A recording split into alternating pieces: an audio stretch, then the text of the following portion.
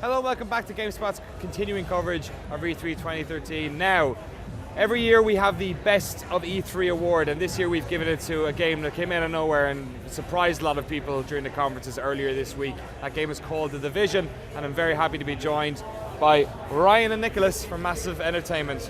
Hello. How are you keeping? Oh, okay. We're really happy with all the reception we got. It's just mind-blowing, but we're also really tired of all the noise and craziness that's going on here. I'll keep this brief to the point and I'll speak very loudly for you guys. That's good, Excellent, thanks. excellent, thank you. Okay, so give the elevator pitch for this game. Nobody knew about it until a couple of days ago, and it's the type of experience that a lot of people are very excited about. So Yes. what is... Sure, so it's an online open-world RPG game with everything that entails, and it's set in a mid-crisis New York.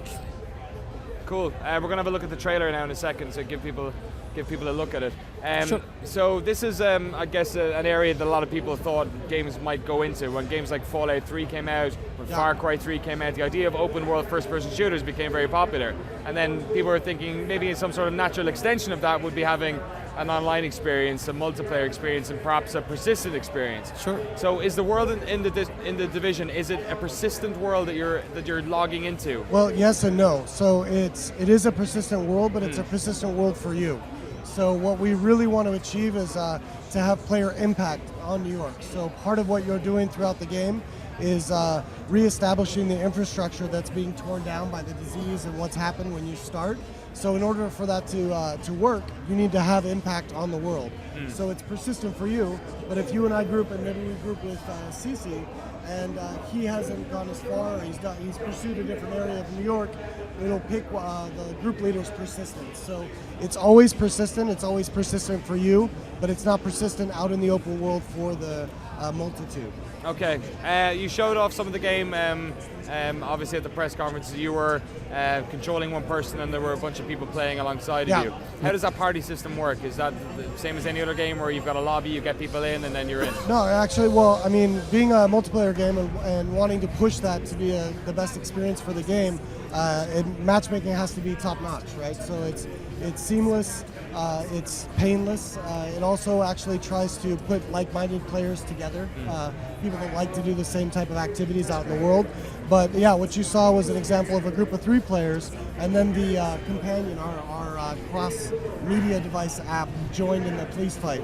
But a full group will be 4 players plus the companion drone, so 4-point tablet. So how does it work then when you're sort of logging into it? Are you entering a server that has a cap of, say, 64 people? Or? No, we are like a one shard or one realm, so to speak. Okay. So when you buy the game and you log into the game, you can play with everyone. And then you can just, you have your friends list and everything, and we have social hubs. So when you go to social hub, there's a lot of people there, you can trade, you can do auction house, all those kind of things that you want to do. And you can just group up with friends there and go out seamlessly out into the world and just start exploring, having fun, enjoying the multiplayer experience together with others, or sign up with the matchmaking system. So there's no limitations. As soon as you bought the game, you can play with everyone else. So if you're wandering around the streets, could you presumably, how do you deliver an experience where people are bumping into people like we had with the PvP situation? Well, that's there's 2 things there. So, and you're wandering around the streets or you're exploring the open world, you won't see other players unless you invite them to your group or they're match made with you. Okay. And then they'll join your universe, basically. But there are areas that are completely persistent and completely open, player versus player, for instance. But we're not going into details yet. We just announced, and we have a long communication cycle to explain how that will work. But it is seamless. It's seamless, and it's a big part of the game. We're not separating it out to like a multiplayer maps or like a lot of other games in this genre do. It'll be part of the core experience for the Division. So just to give it in simple terms, I actually enjoy having this conversation. It's not often that you have the game mechanics about games are so different and new that you have to explore them Yeah, in such yeah, detail. yeah. So Hopefully it's nice hopefully this is making sense. could be. So I just got to give one example. For instance, so if you were wandering around the world on your own, Yeah. you won't bump into other players. No, But if you're in a group situation, then there's a chance that PvP situations might happen. Is that correct? At certain places. Yeah. In areas, Certain yes. areas. Not randomly, or- It's a dangerous New York. That's Yes. the world of the Division. So would that be in a situation where two different parties are doing the same mission, and then it gets matched up that way? Yeah, so we have certain areas that you can go into seamlessly, and those are PvP enabled, so to speak. And in there's lots of players and PvE and PvP content for you to explore. That's pretty much all we can say about it for now. No problem. Sorry. More than we could say about it for now. But that's all right. Oh no, okay, I've dug in sorry. enough for now. We're going to show the gameplay All right. Sure. that's been released as well. We can talk over that. So I want to ask you as well, is there an end game? Is this a single player experience that has a story end game, or can you continue with your character No, into the future? for the game, it's super important for us to everything we're designing to have player retention and end game in mind. So you can play alone, but hopefully we have enough incentives for you to want to group up and play with others. So it's seemingly limitless. We don't have an end of the story per se. Your character then you create at the start. I'm assuming that there are various characters because you're going to have millions of RPG. thousands. Yeah. Exactly. You create your own. What's the setup for that? Is it just like a general character creation toolkit?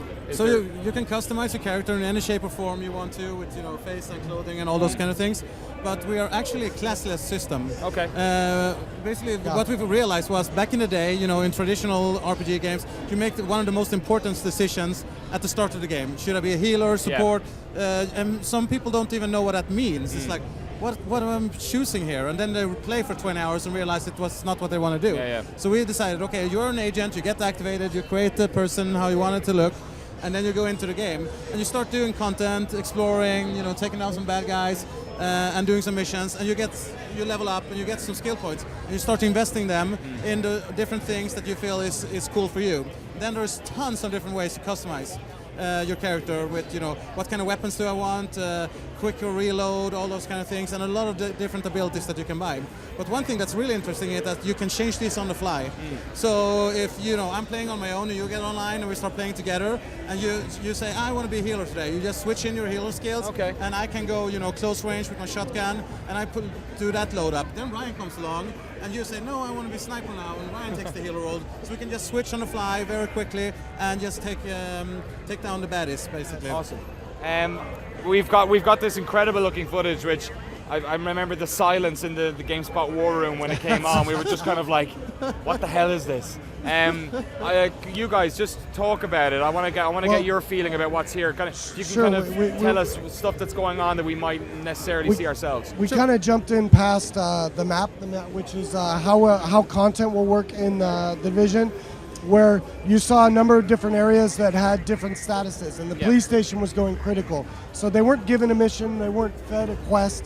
They chose to go take this on because they saw it was close and it was something happening there. On the way, they come across actually some group content. But they decide, okay, we're gonna head on to the police station and see what's going on there. So there will be areas in the map that you'll see, but you could also come across dynamic content as you're out exploring as well. And this is a good example of what Cece was talking about before. We have 3-player group here. Megan has support skills loaded with the longer range weapon. Cece in this case has a sick watch. Yeah. It's a good watch. The smart watch is pretty nice. He's going to go all damage because he doesn't need to worry about maintaining himself, right? And we have Bronson, who's kind of in the front, keeping the attention of the thugs as they come out of the station. We're seeing a lot of technology here that's obviously past where we are currently. What time frame are we talking about here? Well, it's near future, and it's also Clancy, right? One of the core pillars of Clancy games is pushing technology to the limit. So the Division agents have access to prototype technology. Can I just say, when he closed the door, when he did the hand and closed the door, our boss, our video producer Chris Bowman just went, did you just see that? He just closed the door with his hand. The thing, it's so funny, you know, it's one of the most tweeted things about the Tom Clancy's Division right now. Really? Is, did you see he closed the car door? I think it's number 2nd of all tweets. Excellent. So we're going to make the game now all about closing doors. Yeah, Sounds good. it's next gen. It's not. Yeah, absolutely. Next gen is all about closing doors. One thing that's interesting here that you can see now is that there is a drone flying in the air. It's going to come here in a second, and that's our companion gaming. So it's played on the tablet. Back behind. It says tablet as well. So when we started to do the game for the next generation of consoles, we were really excited about companion gaming and want to do something really, truly next gen with it. So we decided, okay, what is the coolest thing you can do? Obviously, it's play with your friends live. So you can be on the bus or at work or whatever. As soon as you have an internet connection on your tablet or smartphone, you can log into the game and hook up with your friends. And so he's flying around here. He's debuffing enemies, marking Excellent, targets, okay. and he's buffing you, giving you plus damage, and can even heal and shoot enemies on his own.